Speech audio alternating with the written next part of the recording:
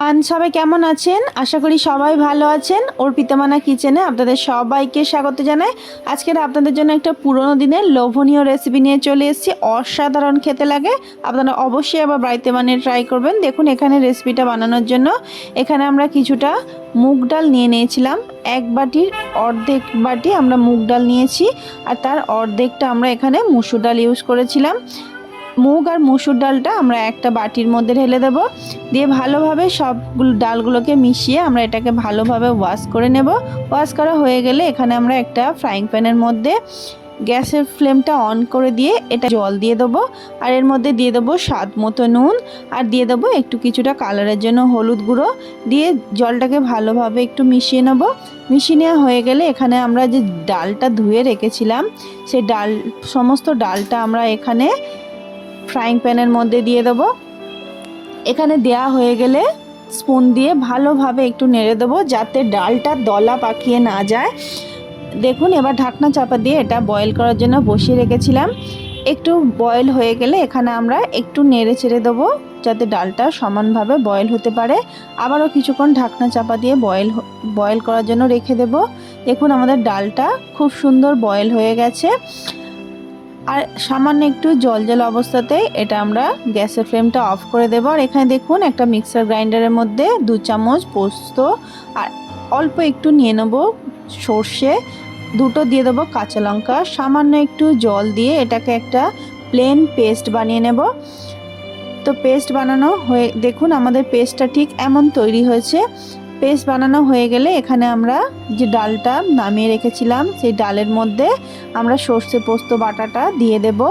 দিয়ে ভালোভাবে স্পুনের সাহায্যে এই সর্ষে পোস্তটা ডালের মধ্যে মিশিয়ে নেব। আমরা সমস্ত ডালের মধ্যে সর্ষে পোস্তটা মিশিয়ে নিয়েছি। ছোট ফ্রাইং প্যান বসিয়ে দিয়েছিলাম, সেখানে কিছুটা তেল দিয়ে দিয়েছি, সর্ষের তেল। আর এখানে 3টে থেকে 4টে শুকনো লঙ্কা নিয়ে নেব। নিয়ে ভালোভাবে তেলের মধ্যে একটু শুকনো লঙ্কাগুলোকে ভেজে নেব। ভাজা হয়ে গেলে আমরা শুকনো লঙ্কাগুলোকে তুলে রেখে দেব।